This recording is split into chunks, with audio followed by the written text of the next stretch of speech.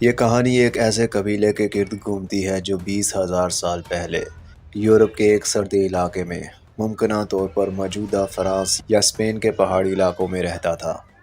قبیلہ چھوٹے گروہوں میں رہا کرتا تھا اور غاروں میں پناہ لیتا تھا، جو انہیں سخت سردی سے بچانے کے لیے مثالی تصور کیا جاتا تھا۔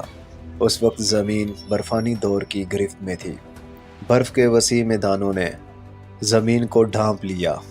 آب و ہوا اتنی سخت اور زندہ رہنا روزانہ کا چیلنج تھا۔ جنگلی جانور جیسے میمت، دیوہکل ہرن اور شیر دونوں خوراک کا ذریعہ تھے اور انسانوں کے لیے بہت بڑا خطرہ بھی۔ یہ قبیلہ کھانے کے لیے شکار اور جمع کرنے پر انحصار کرتا تھا۔ مرد بڑے جانوروں کا شکار کرنے لگے، جبکہ عورتیں اور بچے جڑیں، پھل اور جنگلی پودے جمع کرتے تھے۔ ایک دن قبیلے کے 3 ماہر شکاری ایک میمت کا شکار کرنے نکلے۔ میمت بہت بڑی مخلوق تھی اور ان کی کھالیں سردی سے محفوظ رہنے کے لیے استعمال کی جاتی تھیں، جبکہ ان کا گوشت قبیلے کو کئی دنوں تک برقرار رکھ سکتا تھا۔ شکار کی حکمت عملی۔ شکاریوں نے میمت کو ایک تنگ گھاٹی میں لے جانے کا فیصلہ کیا جہاں اسے پھنسایا جا سکے۔ وہ اپنے ہتھیار کے طور پر پتھر اور لکڑیوں کی شاخوں سے بنے نیزے کا استعمال کرتے تھے۔ شکار کے دوران ایک شکاری میمت کے ہاتھوں زخمی ہو گیا۔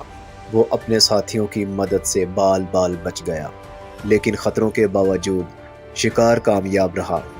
لیکن یہ ایک زخمی شکاری کی قیمت پر آیا۔ غار کے اندر زندگی سخت لیکن محفوظ تھی۔ قبیلہ آگ جلا کر گرم رہتا تھا، جو گوشت پکانے اور جنگلی جانوروں کو دور رکھنے کے لیے بہت ضروری تھا۔ ادھر عورتیں اور بچے اس آگ کو بھڑکانے کے لیے سوکھی لکڑیاں جمع کرنے کے لیے ذمہ دار تھے۔ رنگین دیواریں۔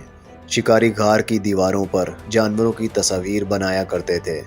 یہ محض فن نہیں تھا، بلکہ مستقبل کے لیے شکار کی تیاری کے لیے یہ ایک رسم بھی تھی۔ یہ پینٹنگز آج بھی قدیم غاروں میں جیسے لیسکو کیوز میں دیکھی جا سکتی ہیں۔ قبیلے کا سماجی نظام۔ قبیلے کے ہر فرد کا ایک محسوس کردار تھا۔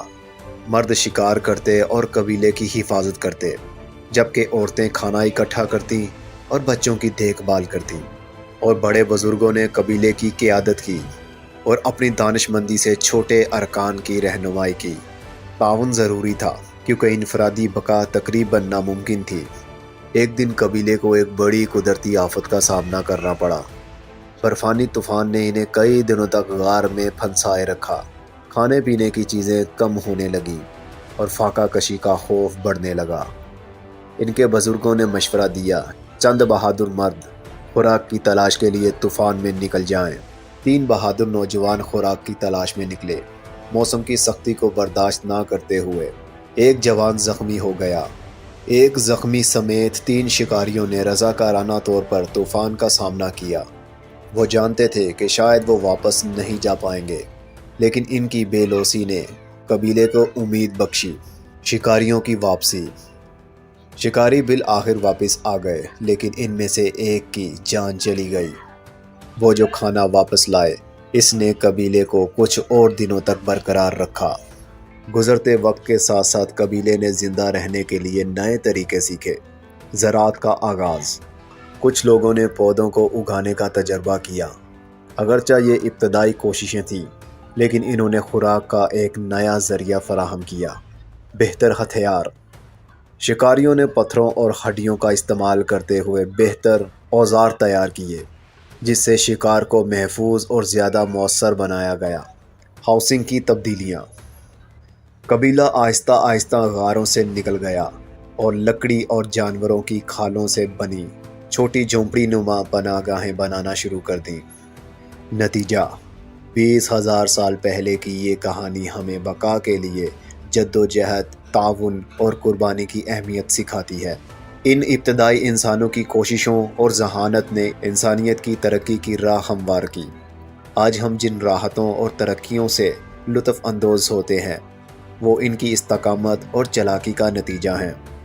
یہ کہانی صرف ایک قبیلے کی نہیں، بلکہ ابتدائی انسانوں کی اجتماعی کوششوں کی نمائندگی کرتی ہے، جنہوں نے جدید دنیا کی بنیاد رکھی۔